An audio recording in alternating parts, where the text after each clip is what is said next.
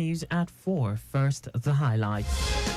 Lagos State government to complete new fire stations for safety of lives, properties. Organized labor agrees to attend negotiation meeting on minimum wage tomorrow. On a foreign scene, Constitutional Court bars Jacob Zuma from contesting election. And in sport, Golden Eagles head coach vows team's readiness against Togo.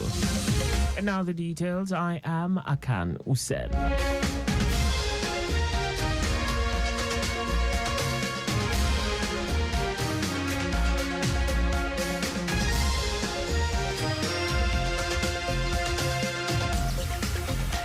In line with efforts to bolster infrastructure, 3 new fire stations are nearing completion in Ijeguegba, Satellite Town, and Ijede, with land spaces identified for the development of additional ones in Ibejuleki, Ifakojai local government areas of Lagos State.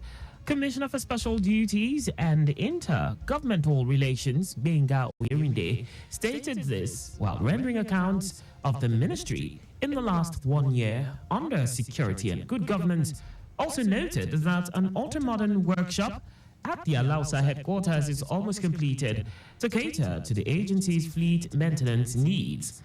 In the year under review, Oyerinde said the Lagos State Fire and Rescue Service recorded a total of 2,537 incidents, including 1,627 fire calls, 191 rescue calls, 93 salvage calls, and 4 explosions, alongside 607 false alarms, with 82 casualties recorded and property worth over 25 billion naira destroyed, while property worth over 150 billion naira were salvaged.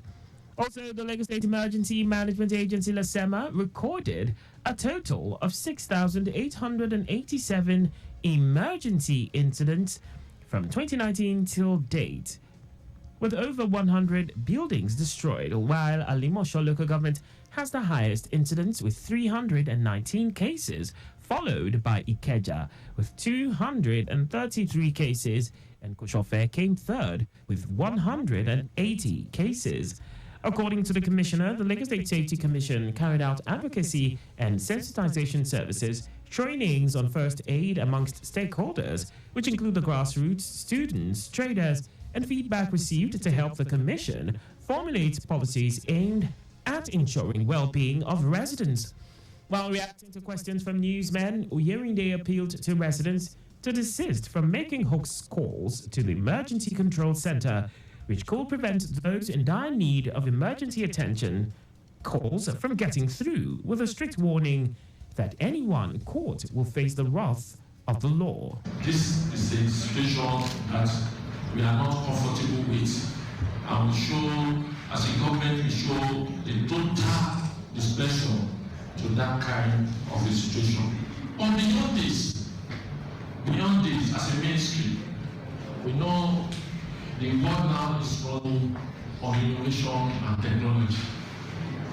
And that's where we feel our strength lies. Our correspondent Adeola Akindele reports that the ministry, in the year under review, generated over 3 million naira from issuance of indigent certificates. About 100 ministries, departments, and agencies of government have been boarded on the Lagos State Citizens Gate app 2.0, and over 233,395 citizens have visited the platform. Speaking during the ministerial press briefing at Alausa Ikeja, Special Advisor to the Governor on Political, Legislative, and Civic Engagement, Afolabi Tajuddin, noted that the mobile app is for better grassroots participation to strengthen governance through electronic process and digital effective communication to promote transparency and citizens' participation, making it a key pillar of successful open government reforms. Tajuddin also said that under the Sanwo-Olu Listens Financial Assistance Initiative, a total of 1,681 vulnerable residents have so far benefited from the sum of 1 billion naira assistance. I want to reiterate that this government is totally committed to cushion the effect of the fuel subsidy removal, especially in Lagos and every Lagosians. The government will not relent in its effort to continue to bring relief to the stressed and vulnerable citizenry.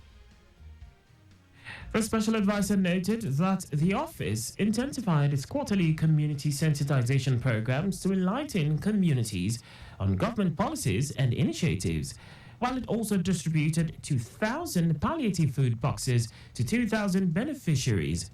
While answering questions from journalists, Tajuddin assured residents of the state of harmonious working relationship between the executive and legislative arm of government in the state, as it hosted in the year under review its 18th executive and legislative parley to chart a new course for the development of the state.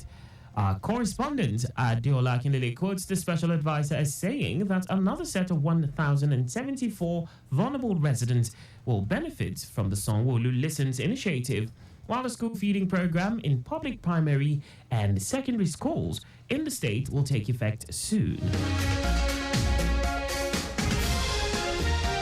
Lagos State Governor Babajide Sanwo-Olu has congratulated the leader of the All Progressives Congress in Ekpe Division and member of the Governance Advisory Council, Shakiru Seriki Bamu, on his 85th birthday. Governor Sanwo-Olu described Chief Seriki Bamu as a principled politician and a trusted progressive who is passionate about good governance and welfare of the people. He said Seriki Bamu deserves to be celebrated because of his immense contributions to the growth and development of governance and politics in Lagos State. And now to the rest of the stories. The organized labor has agreed to attend the negotiation meeting of the tripartite committee on the minimum wage slated for Tuesday, May 21st.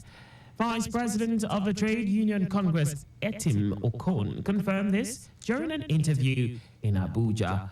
Okon, who argued that government's proposal falls short of meeting the needs and aspirations of the union, accused government of failure to provide any substantiated data to support their offer.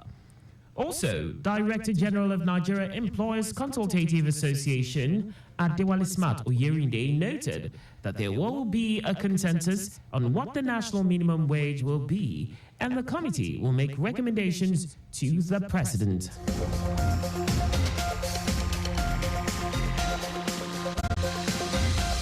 President Bola Tinubu has joined other world leaders to pay tributes following the fatal helicopter crash that killed Iranian President Ibrahim Raisi and the country's foreign minister, Hossein Amir Abdullahian.